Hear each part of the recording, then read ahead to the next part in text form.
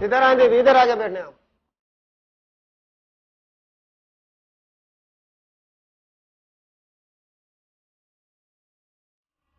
शक्ल से तो बड़ी मासूम और शरीफ लगती हो, मगर हो नहीं। तो बल दिया इसने, लाकत तो दिखाया था, लेके जाए था। हमारे साथी ने तो सब कुछ बोल दिया, अब तुम भी अपना बयान दे दो, वरना दूसरा तरीका हमारे पास वो भी है जो गूंगे ही बोलने लगते हैं।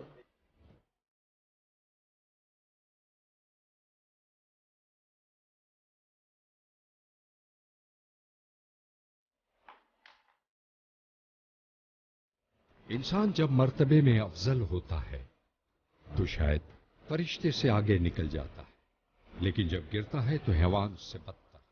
हमारे माशरे में हैवानों की कमी नहीं, किसी हैवानियत से पर्दा उठाने की पादाश में ये माशरा आरफा के चेहरे पर नकाब डाल रहा है। मेरा नाम आरफा है, लेकिन जब मैंने ये काम शुरू किया तो मैंने अपना नाम तब्दील कर लिया, क्योंकि मैं नहीं चाहती थी कि मैं अपने असल नाम के साथ ये काम शुरू करूं, और मैंने इस काम में आने के बाद अपना नाम ही ना रख लिया। गुज़श्ता 3 साल पहले मेरे वालिद का इंतकाल एक हादसे में हो गया।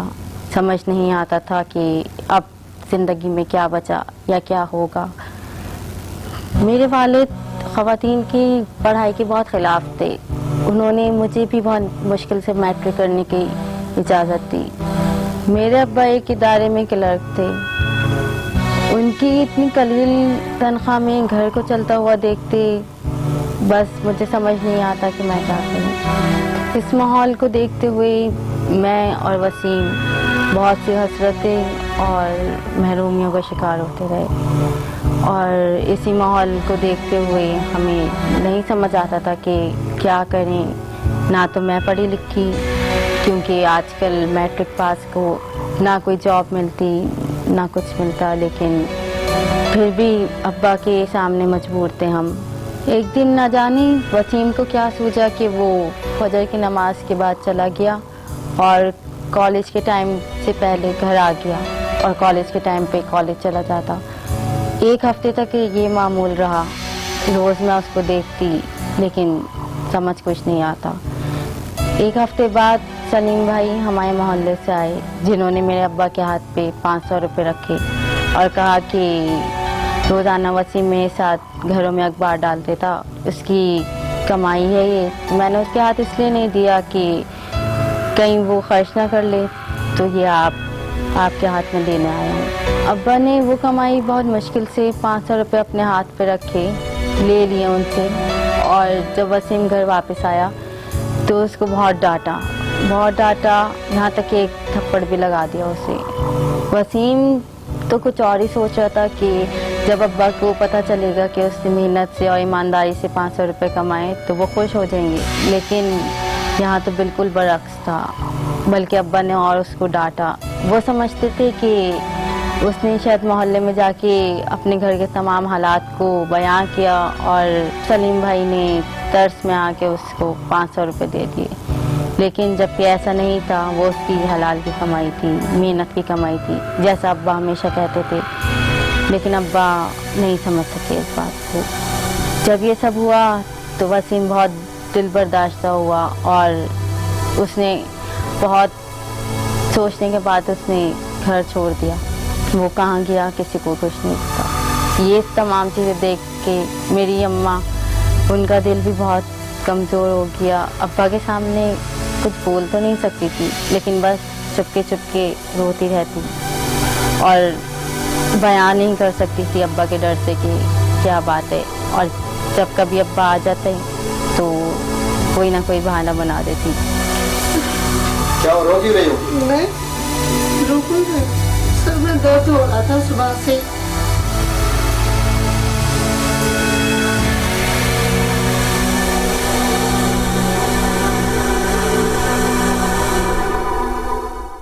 मैंने अब्बा से आगे पढ़ने की इजाज़त मांगी, लेकिन अब्बा हरगिज़ राज़ी ना हुए।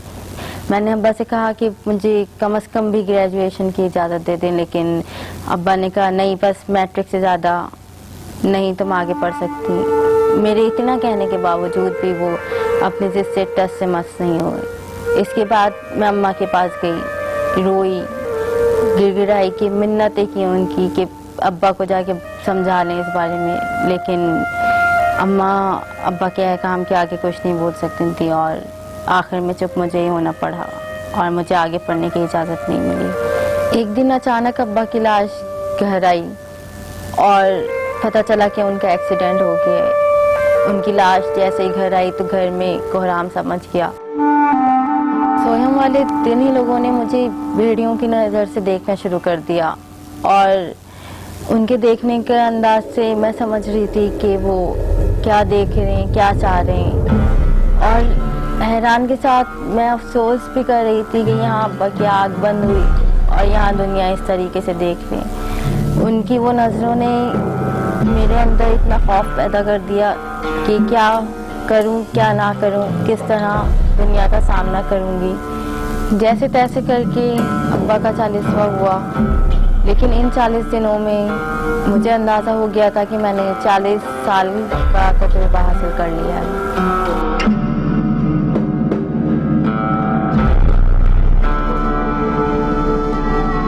अब्बा के बकायाजात और कागजी कार्रवाई के लिए अक्सर मुझे इदारे के चक्कर लगाने पड़ते और तकरीबन रोज़ ही मैं अकाउंटेंट के पास पहुंची होती।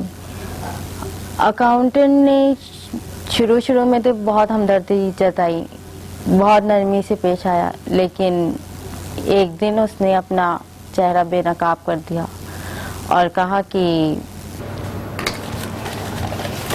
देखो बीवी, तुम्हारे वालिद साहब की जो भी पेमेंट है, असल में बात यह है कि तुम्हारे वालिद साहब यहाँ 30 साल तक मुलाजमत करते रहे।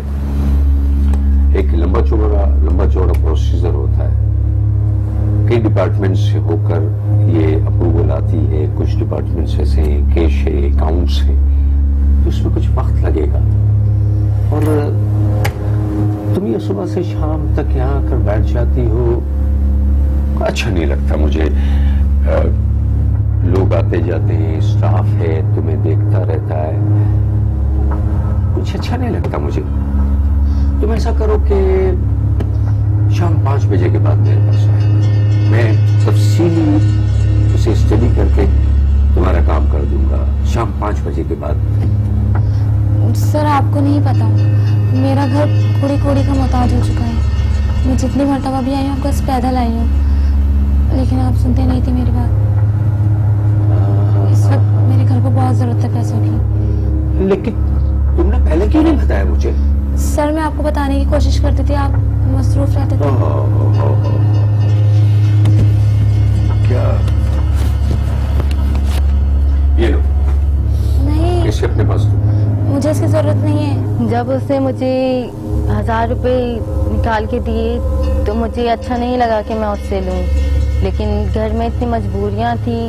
एक तरफ अम्मा बीमार, एक तरफ उनकी दवाई का खर्चा और फिर मेरा इस तरह पैदल आना रोजाना, और पैसों की सख्त जरूरत थी और मैंने उनसे वो पैसे ले लिए।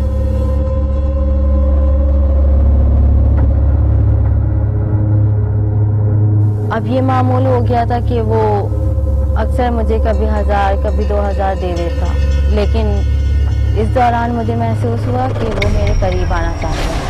मैं सब समझ रही थी, लेकिन कुछ मजबूरियों के खातिर मुझे चुप रहना पड़ा और मैंने कभी उससे 1000 2000 इस तरह मैं उससे पैसे लेती रही और अपने घर के फाकों को ख़त्म किया और घर में पैसे देती रही।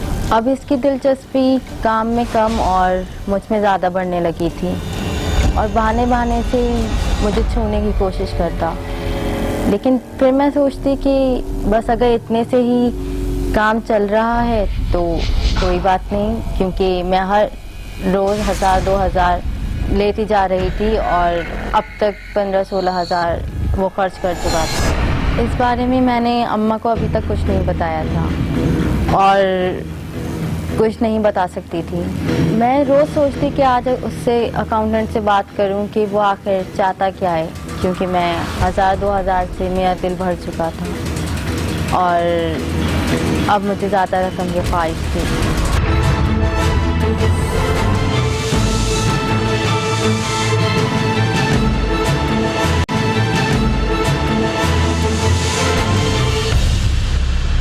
मैं रोज़ सोचती कि आज उससे अकाउंटेंट से बात करूं कि वो आखिर चाहता क्या है, क्योंकि मैं 1000-2000 से मेरा दिल भर चुका था और अब मुझे ज़्यादा रकम की ख्वाहिश थी।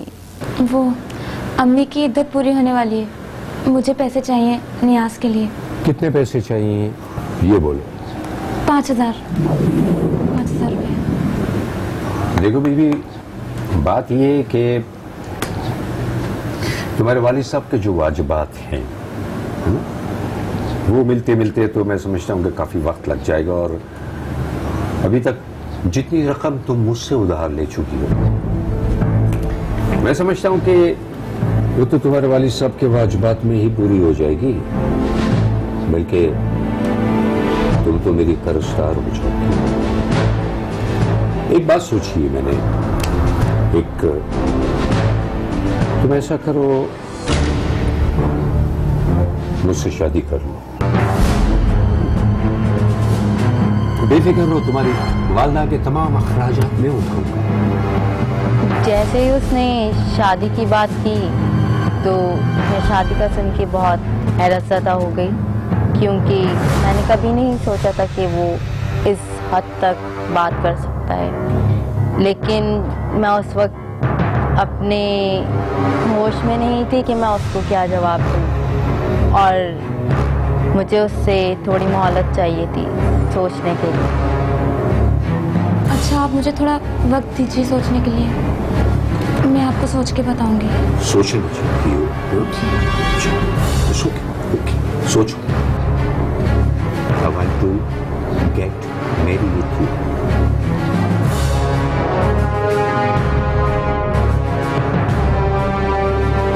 मैं पूरी रात सोचती रही, मुझे नींद नहीं आ रही थी कि अब मुझे क्या फैसला करना चाहिए। या तो मैं उसकी बात मान लूँ, शादी कर लूँ और अपनी तमाम ख्वाहिशात का गला घोट दूँ, या क्या करूँ। इस चीज़ की सोच में मैं डूबी हुई थी और मुझे कोई ना कोई फैसला करना था। मैंने अब तक अम्मा को कुछ नहीं बताया था, और इन सब चीज़ों को देखते हुए मैंने एक मंसूबा बनाया, क्योंकि ज़िंदगी का एक फ़ैसला बहुत अहम था जो मेरी पूरी ज़िंदगी बदल सकता था। और अगले दिन मैं वहाँ पहुँच गई। मैं आपकी बात सुनने के बाद इस नतीजे पे आई हूँ कि मैं आपसे शादी नहीं कर सकती, लेकिन जो आपने मुझे रकम दी है वो आप मुझसे किसी भी सूरत वसूल कर सकते हो। ये बात सुन के उसके चेहरे पे ऐसी मुस्कुराहट थी कि जैसे उसकी कोई दिली ख्वाहिश पूरी हो गई।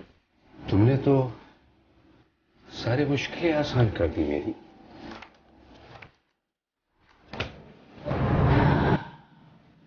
जिस पे वो खुशी से तैयार हो गया और अपनी कुर्सी से उठ के मेरे पास आ गया, और जैसे उसने मेरा हाथ पकड़ा। अगर मैं यहाँ चीखना शुरू कर दूं तो पूरा स्टाफ जमा हो जाएगा, लेकिन और सब जानते हैं पिछले 1 महीने से मैं चक्कर लगा रही हूँ।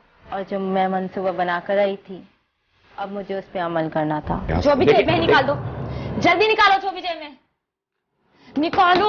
क्योंकि उसके दिल में चोट था, वो घबरा गया और कहने लगा कि इसको बंद कर, इस चीज का मैंने फायदा उठाते हुए उसको कहा कि बस अब तुम्हारी जेब में जो है जल्दी निकालो। और वो बहुत डर गया था, उसने फटाफट जो उसकी जेब में था उसने मुझे निकाल के सामने कर दिया, क्योंकि मैं एक अरसा हो गया था उसके ऑफिस में आ रही थी, मुझे पता था उसकी चेकबुक कहाँ होती है। मैंने उसको कहा, और जो ड्रॉ में चेकबुक पड़ी हुई ना, उसमें 25,000 की रकम लिख के मुझे अभी कैश करवा के दो।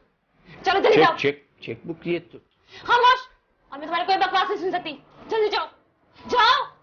और मजबूरन उसको चेक लिखना पड़ा। निकालो जल्दी, वरना मैं चेक मार के सबको जमा कर लूंगी। कितने 25,000। 25,000 रुपए मेरे पास नहीं है। जल्दी लिखो, वरना मैं चेक मार के सबको जमा करती हूँ। सोच लो, तुम चाहो तो अभी भी अपना इरादा बदल सकती हो। और अपने मुलाजिम को भेज के उसने मुझे रकम अदा कर दी। ना दो ठीक किया तुमने। फिर मैंने सोचा कि मैं अपनी अम्मा को कह देती हूँ कि मुझे नौकरी मिल गई। मैं अम्मा के पास गई और उनसे कहा कि अम्मा अब हमारे घर में फाके नहीं होंगे और मुझे बहुत अच्छी नौकरी मिल रही है। अम्मा ने बहुत मुखालफत की इस बात पर, लेकिन आखिरकार वो मान गई और मुझे इजाज़त दे दी। मैंने सोचा कि ये तरीका तो बहुत आसान है कि इतने से कम वक्त में मैं इतनी रकम हासिल कर सकती हूँ। और फिर मैंने मुख्तलिफ शाहराओं का रुख किया और इसी तरह किसी नौजवान को रोकती और किसी सुनसान जगह पर जाके उसको लूट लेती।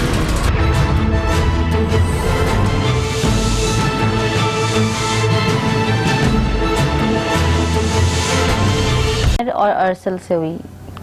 वो भी कहीं से वारदात करके आ रहे थे, लेकिन मुझे इस बात का इल्म नहीं था कि वो भी वारदात करके आ रहे हैं। एक्सक्यूज मी भाई, वो आप मुझे बता देंगे यहाँ से मलेर कौन सी गाड़ी जाती है? आपको जाना कहाँ है? मुझे शाह फैसल कॉलोनी जाना है। आप तो बिल्कुल उल्टी सुन खड़ी हुई हैं। आपको वहाँ जाने के लिए उस तरफ से अंदर मुड़ना होगा। प्लीज मुझे कोई शॉर्टकट रास्ता बता दें, मैं काफी देर से यहाँ खड़े होकर परेशान हो रही हूँ। शॉर्टकट रास्ते के लिए तो देखें जी, आपने यहाँ से अंदर जाना होगा, तो खुला आएगा, फुल क्रॉस करेंगे तो आपको गाड़ी मिल जाएगी। आप लोग मुझे छोड़िए, मुझे डर लग रहा है वहाँ जाते वक्त। चले।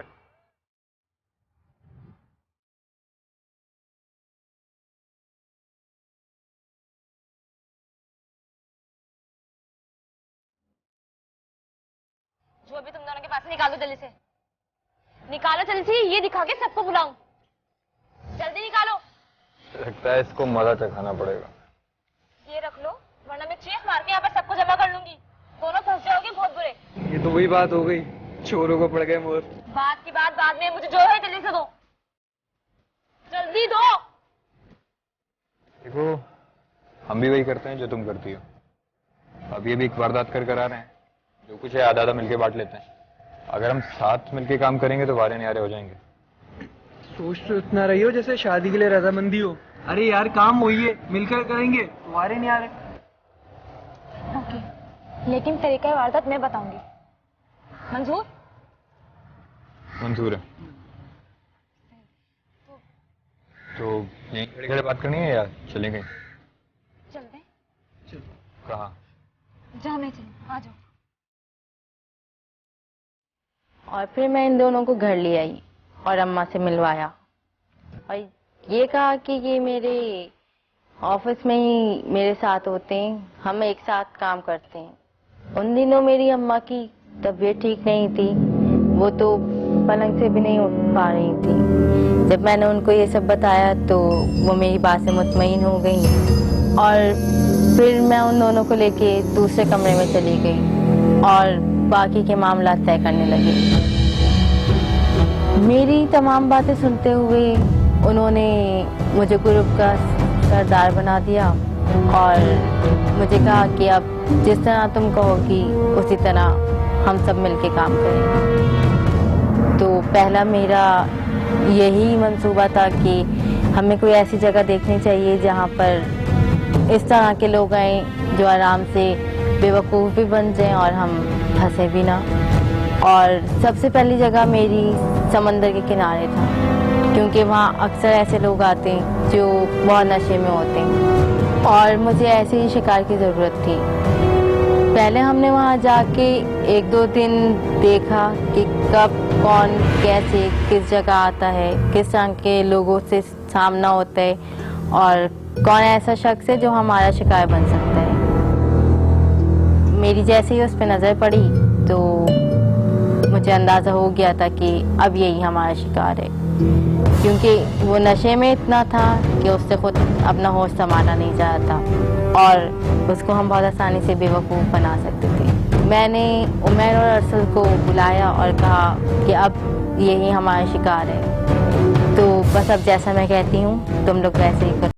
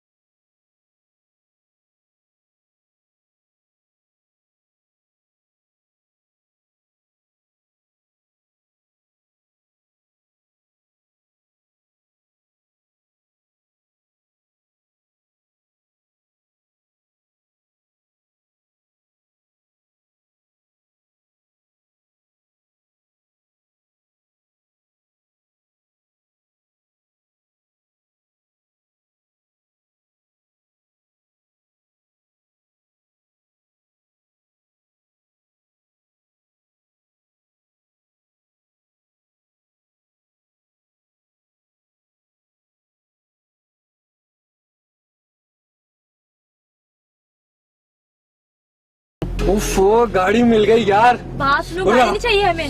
हम लोग गाड़ी नहीं लेंगे, गाड़ी का रिस्क नहीं ले सकते हम लोग। मुझे गाड़ी चाहिए। तेरा दिमाग खराब हो गया क्या? मैं तुझसे कह रहा हूँ यार, वो बहुत बड़े बाप का बेटा लग रहा था, कुछ भी कर सकता है। मुझे गाड़ी नहीं चाहिए। मुझे गाड़ी चाहिए यार। गाड़ी नहीं लेंगे। मैं जो तुझसे कह रहा हूँ सुन मेरी बात। तू यहाँ पे गाड़ी आगे सामने लगा कहीं पे। गाड़ी की क्या जरूरत है? हमने बहुत समझाया उमैर को और कहा कि गाड़ी को छोड़ दो, बाकी जो कीमती सामान हमारे पास है उससे हम कर लेंगे आपस में जो करना होगा। हमारे बहुत समझाने के बाद उमैर भी इस बात पर राजी हो गया और हमने आगे जाके गाड़ी को एक जगह छोड़ दिया और खुद घर आ गए। घर आने के बाद हमने जो भी चीज़ें थी आपस में बांट ली और हमें ये लगा कि हमारा पहला शिकार जो हमने पहला किया बहुत अच्छा रहा और इस काम में रकम के साथ साथ हमें मज़ा भी आने लगा। फिर हम 2 दिन बाद दोबारा उसी जगह एक नई वारदात के लिए गए, लेकिन जब हम वहाँ पहुँचे तो मुझे ये देख के काफ़ी अजीब भी लग रहा था कि पुलिस की नफरी बहुत ज़्यादा थी और पुलिस वाले ऐसे गश्त कर रहे थे। उनको देख के मेरा दिल मुतमईन नहीं हुआ। मैंने उमैर और अरसल को मना किया कि आज हम ऐसा कुछ नहीं करेंगे। आज पता नहीं क्यों मेरा दिल नहीं मुतमईन था, लेकिन अरसल और उमैर इसी बात पे थे कि नहीं अब आए, भले ये नहीं लेकिन कुछ ना कुछ कोई छोटी मोटी वारदात से करके जाएंगे। लेकिन मेरे बहुत समझाने के बाद दोनों इस बात पे राजी हो गए। फिर 1-2 रोज बाद एक अखबार में मैंने पढ़ा कि उसी जगह जहां हम वारदात कर चुके थे पहले भी, कि वहां से उन्होंने हम जैसे ही एक ग्रुप को पकड़ा। और जब अरसल और मैं घर आए तो मैंने उनको पढ़वाई कि देखो अगर हम उस दिन वारदात कर देते तो शायद आज इस खबर में हमारा नाम होता। और ये देखकर उमैर और अरसल मुझे और अहमियत देने लगे और कहने लगे कि तुम ठीक सोचती हो। और भी उन्होंने मुझे सरबराह बना दिया इस ग्रुप का और कहा कि ठीक है, अब जिस तरह तुम कहती हो हम उसी तरह करेंगे। अब मुझे अपना मंसूबा तब्दील करना था, क्योंकि पहले जो हमने मंसूबे बनाए उसमें हमें इतनी रकम हासिल नहीं हो पाती थी कि हमारे हिस्से में अच्छी खासी रकम आ जाए। तो मैंने एक नया मंसूबा बनाया। तो फिर उमैर और अरसल को बताया कि अब हमें आगे क्या करना है। मैंने उनसे यही कहा कि अब हम फ्लैट्स में जाएंगे और वहाँ मैं कोई भी पाउडर बेचने के बहाने से लोगों के घरों में जाऊंगी। उसके बाद मैं तुम लोगों को इशारा दूंगी या फ़ोन करूंगी तो तुम लोग पीछे आ जाना और हम फिर साथ कार्रवाई शुरू करेंगे। मेरे मंसूबे पे हम तीनों राजी हो गए।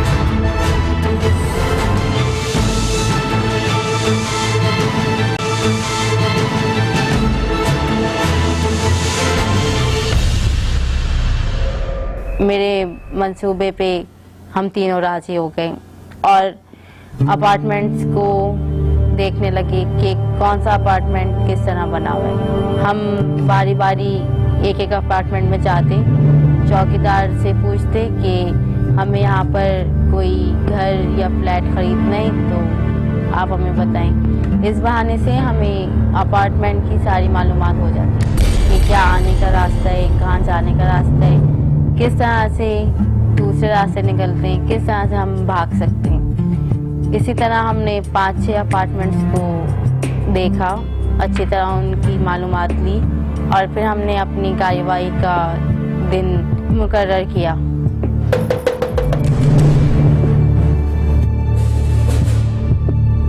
तो हम इसलिए तो आए हैं ताकि आप लोगों को बाजार न जाना पड़े। बहुत सस्ता है, एक के साथ एक फ्री है। क्या ऐसा नहीं हो सकता आप कल आ जाए? अभी घर पर कोई नहीं है। अच्छा ऐसा करें, मुझे एक गिलास पानी पिला दें आप।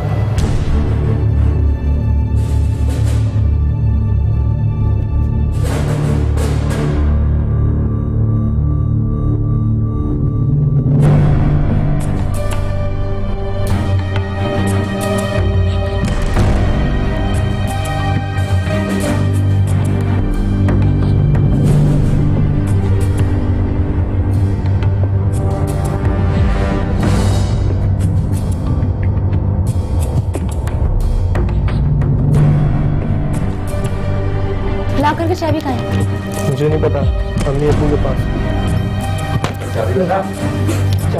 होना या ना होना इससे कोई फर्क नहीं पड़ता, समझा? ये सब एक नमूना था ताकि तुम्हें सबक मिल सके, वरना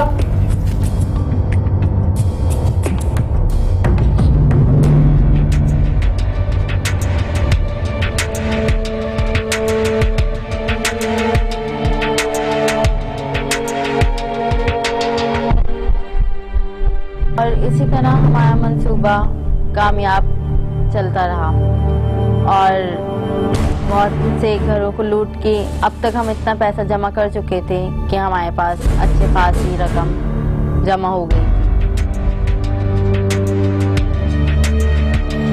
ये रकम हमने और कहीं नहीं बल्कि मैंने अपने घर में ही एक ब्रीफ केस में जमा की और ये बात मैंने उमैर और अरसल से कही कि हमें इस रकम को खर्च नहीं करना, तो हमें जितने भी खर्चे की ज़रूरत होगी हम थोड़ा थोड़ा करके इसमें से निकाल लेंगे। उमैर और अरसल मेरी बात पे राज़ी हो गए और हम इसी तरह करते, जब हमें ज़रूरत पड़ती हम उस ब्रीफ केस से अपने अपने हिस्से में से थोड़े थोड़े पैसे निकाल लेते। उस पैसे को मैं अपने ही घर में एक ब्रीफ केस में रखती थी क्योंकि उससे बेहतर जगह और कोई नहीं थी। एक दिन एक अपार्टमेंट में गए और उसी तरह जिस तरह मेरा मंसूबा था मैंने उनसे कहा कि ये पाउडर ख़रीद लें, तो उन्होंने मुझे मना कर दिया। फिर मैंने उनसे कहा कि मुझे बहुत प्यास लग रही है, आप मुझे पानी पिला दें। जैसे ही वो पानी लेने गई इतनी देर में उमैर और अरसल बाहरी कोने में खड़े थे। मैंने जल्दी से उन्हें इशारा किया और अंदर आने के लिए कहा। इतनी देर में उन दोनों को देख के वो चोर चोर करके शोर मचाने लगी और थोड़ी देर में अंदर से उनके शौहर निकले और उन्होंने भी चोर चोर चोर करके शोर मचाया। चोर चोर चोर चोर चोर।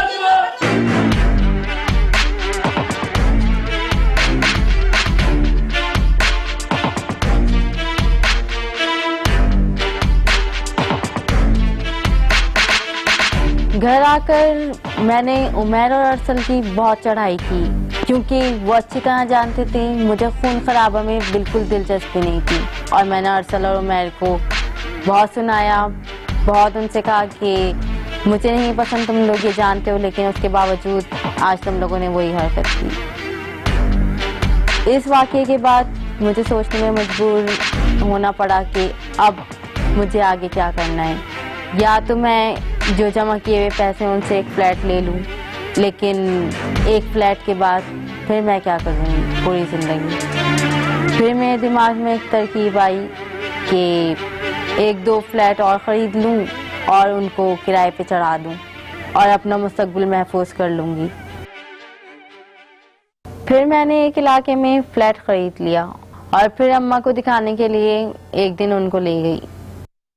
अम्मा फ्लैट को देखकर इतनी खुश थी, वो दीवारों को चूमती या उसको देख के इतना अच्छा महसूस होता जैसे उसने कभी फ्लैट या इतना अच्छा घर नहीं देखा। और उनके दिल से मेरे लिए दुआएं निकलने लगी, ना सिर्फ मेरे लिए बल्कि मैंने उनको इस बात का कहा था कि ये मुझे ऑफिस की तरफ से मिला है, तो मेरे ऑफिस वालों को भी वो दिल से दुआएं देने लगी। और एक खुशी का एहसास ये भी था कि जो चीज़ मेरे अब्बा या भाई नहीं कर सके मेरी माँ के लिए, वो मैंने की। अम्मा इतना खुश थी फ्लैट को देखकर, एक लम्हे के लिए मुझे इस बात का एहसास हुआ कि अगर अम्मा को पता चल गया कि ये किस तरह के पैसों से बना है तो शायद, लेकिन उनकी खुशी का इजहार इतना मजबूत था कि मैं एक लम्हे में सोचने के बाद उसको भूल गई। और फिर अम्मा ने बातों बातों में उमैर और अरसल की बात छेड़ दी और कहा कि उन लोगों से बोलो कि अपने माँ बाप को घर भेजें। और जब उन्होंने ये बात कही तो मैं समझ गई कि वो शादी के हवाले से बात कर रहे हैं। उनकी इस बात ने मेरे दिल में भी कहीं एक जगह बना ली थी, क्योंकि मुझे भी एहसास होने लगा कि शादी कर लेनी चाहिए। फिर मेरे दिल में ख्याल आया कि एक फ्लैट मैंने ख़रीद लिया है, एक के पैसे मेरे पास मौजूद हैं, और अगर एक और मैं ख़रीद लूँ तो 2 फ्लैट को मैं किराए पे चढ़ा दूंगी, जिसके पैसों से मेरी जिंदगी साफ सुथरे तरीके से चलती रहेगी और एक फ्लैट में मैं अपनी जिंदगी बसर करूंगी। शादी के उस एहसास, उस खुशी को महसूस करने में मैं उन सब ख्यालों में ही खोई रही। अपने काम पे उस तरह ध्यान नहीं दे पाई जिस तरह मैं पहले करती थी। इसी ख्यालात में मुझसे एक बहुत बड़ी गलती हो गई।